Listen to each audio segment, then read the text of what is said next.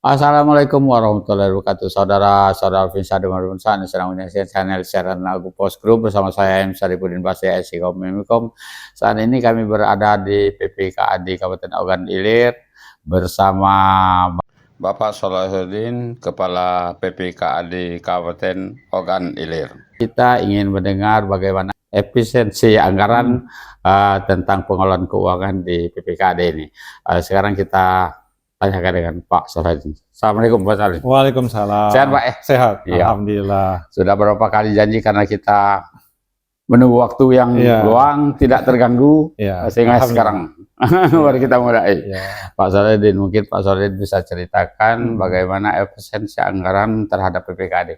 Pelaksanaan PPKAD. Silakan Pak. Baik Pak, terima kasih sebelumnya Pak Saripudin sudah mampir ke BPKAD untuk berdiskusi mengenai pekerjaan, voksi dan situasi keadaan yang terbaru mengenai pengelolaan keuangan daerah ini Pak ya.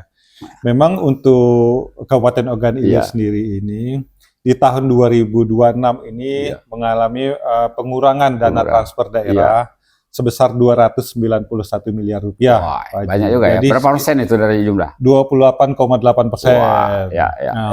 Mana alhamdulillah kepala daerah selalu menekankan kita jangan memandang dari pengurangan dari dana transfer tapi sebesar 291 miliar itu, tapi kita perhatikan dan harus mensukseskan program-program pusat yang diterima untuk masyarakat Kabupaten Ogan Ilir pada khususnya hampir 300 miliar 28,8%.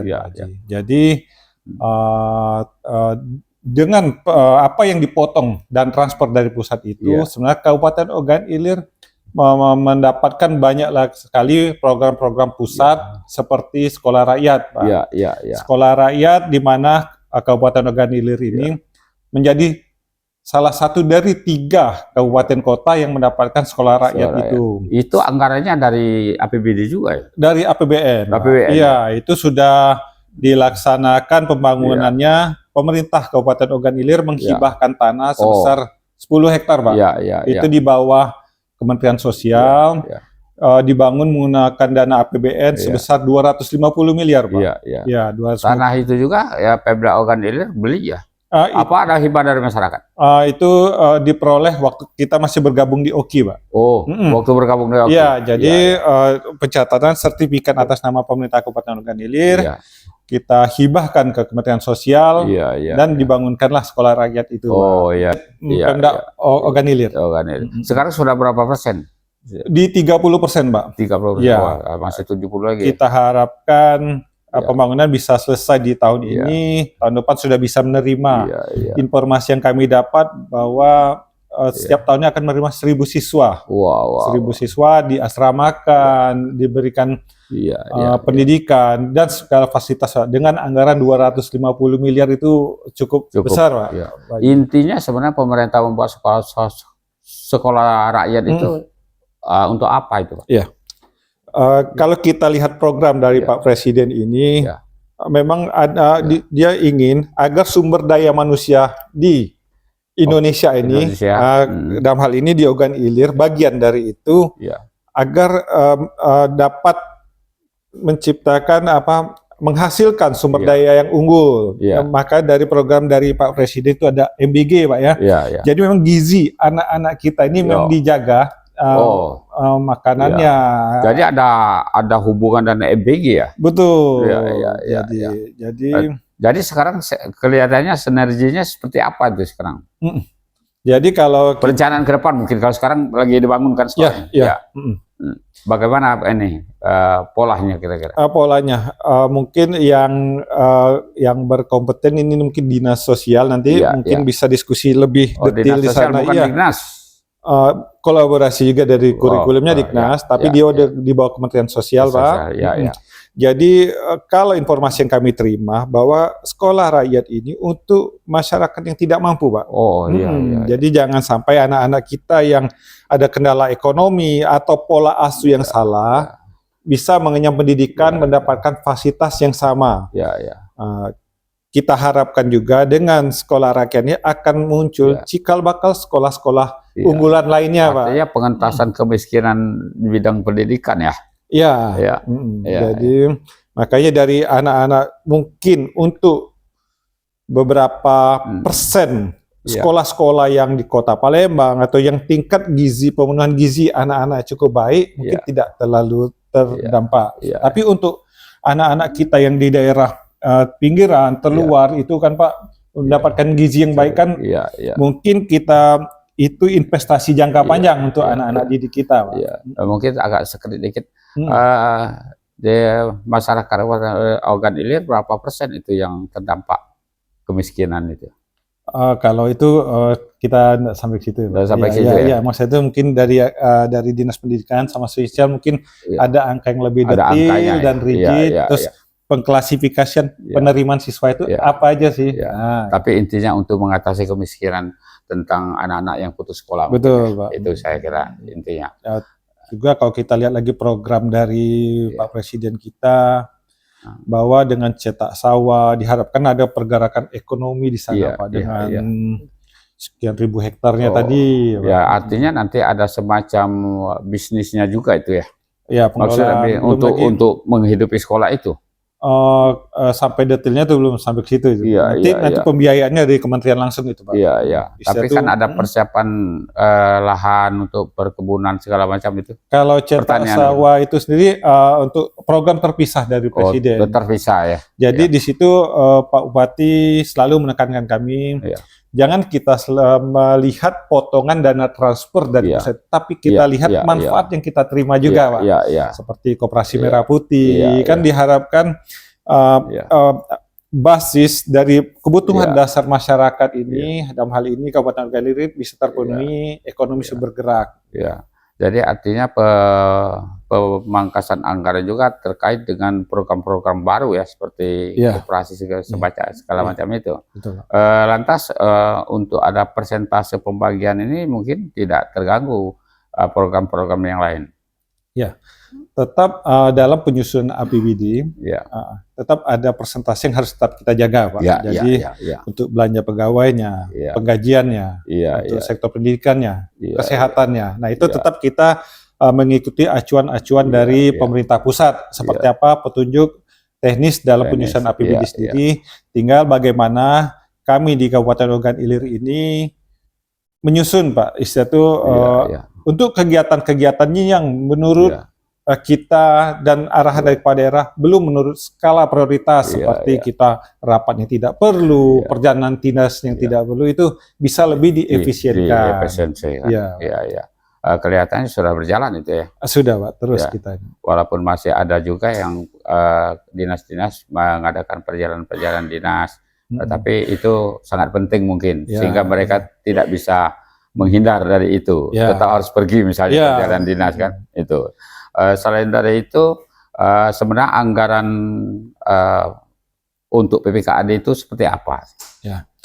Kalau anggaran APBD, anggaran dari BPKAD sendiri terkoreksi juga terhadap efisiensi ini. Jadi kami sebagai institusi atau badan yang membantu kepala daerah dalam hal merencanakan, melaksanakan dan mempertanggungjawabkan itu harus lebih ketat lagi dalam menggunakan setiap rupiahnya dana APBD ini, Pak. Tapi tidak ada anggaran yang dipangkas ya? Tetap semuanya jalan? Tetap ada efisiensi. BPKAD sendiri juga termasuk OPD yang menerima dari hasil efisiensi itu. Artinya melihat kepentingan ya?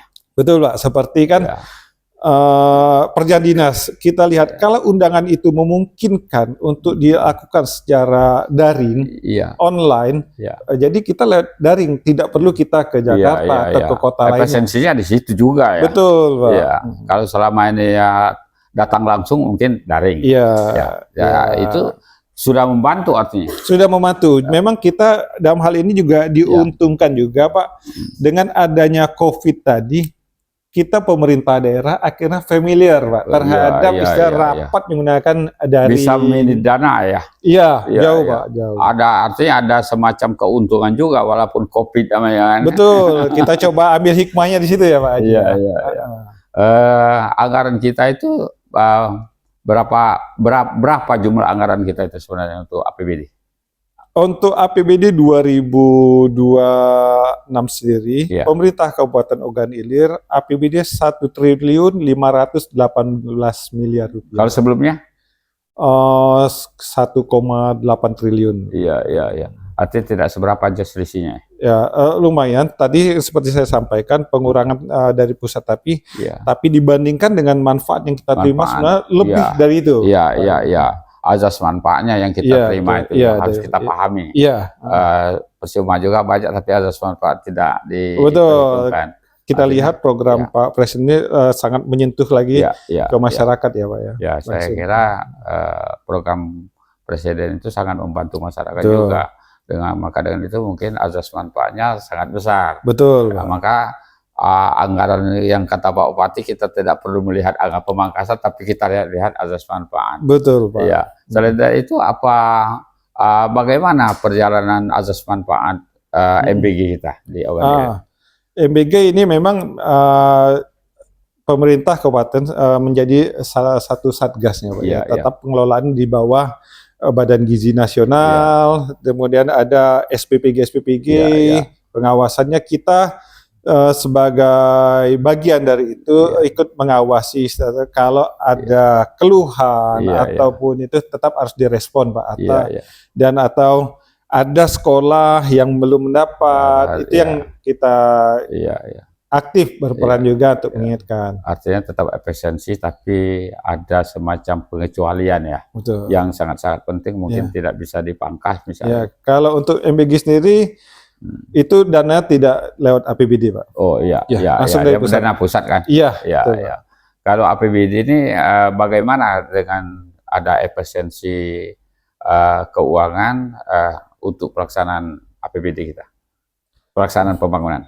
Kalau untuk pembangunan sendiri, memang kepala daerah dalam hal ini Pak Bupati selalu menekankan kita jangan terlalu terfokus menggunakan dana transfer atau dana APBD. Coba masing-masing dinas terkait ke kementerian mencari Pak pembangunan itu jangan kita jemput bola seperti sekolah rakyat tadi kan alhamdulillah kita dibantu dari Kementerian Sosial, kemudian perpustakaan daerah kita dibantu dari itu. Seperti saya juga wawancara dengan kepala Dispora, beliau juga jemput bola. Kayaknya ada juga yang sudah mendapatkan itu walaupun tidak maksimal, artinya sudah dibantu. Betul Pak.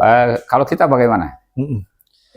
BPKD sendiri? Kalau BPKD sendiri karena kami lebih ke aturan ya Pak. Jadi apa yang menjadi aturan pusat kami terus penuhi.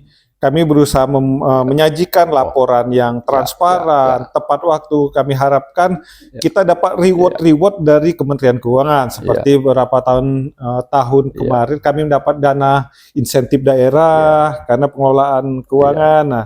Jadi memang kita sama-sama harus aktif Pak dalam pembangunan. Artinya pengelolaan keuangan itu harus efisiensi benar ya. Betul. Mengurus tenaga juga, mungkin tenaga pikiran itu. Bagaimana Bapak mengelola keuangan dalam keadaan efisiensi anggaran ini secara nasional Ogan Ilir seperti apa? Atau ada contoh-contoh mungkin boleh dicontohkan? Iya. Kalau untuk pengelolaan keuangan sendiri, karena pada prinsipnya pengelolaan keuangan sendiri ada aturan harus kami penuhi Pak. Oh iya. Jadi dana transport dari pusat itu tidak turun semata-mata langsung penuh, tapi ada syarat laporan dan deadline timeline yang harus kami penuhi. Jadi mau tidak mau kami BPKD sendiri harus memenuhi itu semua Pak. Oh jadi seperti itu ya. Kita harus mengikuti mana yang penting, mana tidak penting, mana yang mendesak, yang harus dilaksanakan. Mungkin itu pikiran kita ya. Betul Pak. Ada semacam proyek-proyek yang strategis yang bisa dicontohkan, kira-kira efisiensi seperti apa? Proyek-proyek strategis yang seperti kalau sekarang jauh sekali penurunan perjalanan dinas itu kan, jadi seluruh rapat tidak mesti dihadiri di kementerian. Ada yang bisa hadir setelah daring, kita lewat daring, itu signifikan juga Pak. Terus kalau ada rapat-rapat yang tidak dianggap bisa kita gabung, Iya, iya. kita gabungkan. Iya, Yang iya. istilah itu pembicaraannya, Iya, iya. pembahasannya sama. Mungkin bukan tugas Pak Salahuddin juga, tapi saya kira ada kontrolnya juga ya. Betul, Pak. Pembatasan perjalanan dinas ini dibatasi, Iya. supaya mereka bisa. Tapi masih ada juga kepala dinas yang menjalankan tugas itu. Saya tidak tahu bagaimana efisiensinya, apakah memang itu betul-betul mereka harus pergi, misalnya ke Jakarta atau kemana, menjalankan perjalanan dinas, atau bagaimana. Masih ada kebocoran dari sana. Kalau kami tidak melihat ke sana, Pak, karena kalau untuk lihat kebocoran lebih ke tugasnya rekan-rekan dari inspektorat, kemudian Badan Periksa Keuangan. Tapi kami lebih menekankan untuk ke kepala OPD. Kita bicaranya kalau kepala OPD itu lebih ke penekan ke tanggung jawab terhadap pengerjaan itu sendiri. Jadi pada saat kepala OPD itu sudah mencapai tahapan pimpinan, kita harapkan mereka lebih bertanggung jawab dan lebih peka terhadap isu-isu dan peraturan-peraturan terbaru. Jadi sudah bisa memilah antara skala prioritas dan mana bukan prioritasnya. Kita sudah menerapkan aturan seperti yang Bapak ceritakan. Tapi ada juga mungkin yang melenceng kira-kira. Ada juga pelanggaran-pelanggaran yang masih dilakukan oleh dinas-dinas kira-kira. Kalau itu lebih tepatnya ke inspektorat. Tapi yang jelas kita efisiensi anggaran itu semua lini ya. Iya, semua lini. Kita kondisikan. Masih ada lagi yang Pak Salahuddin ceritakan? Memang kalau harapan kepada OPD seperti apa? Harapan kepada OPD ini, Pak, memang sebagian besar dari pemerintahan daerah di Indonesia, kita bicara, coba kita kupas dari makro sendiri, hanya beberapa persen yang mandiri secara fiskal. Mandiri secara fiskal, dia bisa membiayai dari penghasilan asli daerahnya masing-masing. Mungkin tidak sampai 10%, Pak. Jadi kita yang daerah yang masih ketergantungan secara dana transfer daerah, untuk lebih bijak dalam memanfaatkan, menggunakan dan membelanjakan dana transfer ini untuk kepentingan masyarakat. Kalaupun ada program-program dari pusat, marilah kita sama-sama mensukseskannya. Jangan kita malah menjadi terganggu atau hambatan. Mari kita lihat poin dari positifnya dari pemerintah pusat itu sendiri. Artinya program tetap jalan, tapi efisiensi juga tetap dilakukan. Mungkin seperti itu, Pak, ya. Betul, Pak. Tinggal menyesuaikan. Menyesuaikan itu mungkin sesuai kondisi keuangan, sesuai kondisi daerah juga, saya kira. Jadi agak sulit juga, Pak, berpikir, Pak. Bagaimana ini? Di situ memang tantangan kita juga dalam mengelola keuangan dalam keterbatasan ini, Pak, Tapi sama halnya seperti kita berumah tangga atau itu, Pak. Uang banyak ya habis, cukup. Jadi bijak-bijaklah kita untuk memanfaatkannya, mana yang menjadi belanja prioritas, mana yang bisa kita tunda, begitu. Mungkin season terakhir Pak Salahuddin ada harapan, ada himbauan, ada saran kepada dinas instansi dalam penggunaan anggaran, silakan, Pak. Untuk rekan-rekan sesama OPD, marilah kita bijak dalam menggunakan APBD ini sendiri, karena daerah kita sendiri masih mengandalkan dana transfer daerah. Kita harap menggunakan dengan bijak, transparan dan bertanggung jawab, dan bisa membedakan belanja yang menjadi prioritas dan bukan prioritas kita, sehingga kita sama-sama bisa menunjang program kepala daerah kita, Pak Bupati, Pak Wakil Bupati, serta Pak Presiden Republik Indonesia. Mungkin itu yang dapat kami sampaikan, Pak Haji. Terima kasih, Pak Haji. Pemirsa, lebih kurang 25 menit kami sudah berbicara sini, tidak terasa. Waktu yang singkat sudah banyak yang kami dapat. Mudah-mudahan kita semua mengerti pemangkasan anggaran bukan berarti menghambat, tetapi kita harus menyesuaikan keadaan kondisi keuangan negara kita ini, bukan diorganisir saja, Pak, ya. Ini betul. Nasional. Maka dari itu kita harus pintar-pintar menggunakan anggaran ini sehingga tidak ada hambatan. Lebih kurang kami mohon maaf, kepada Allah kami mohon ampun. Kami akhiri dengan wassalamualaikum warahmatullahi wabarakatuh. Waalaikumsalam. Terima kasih, Pak. Terima kasih, Ya. Pak.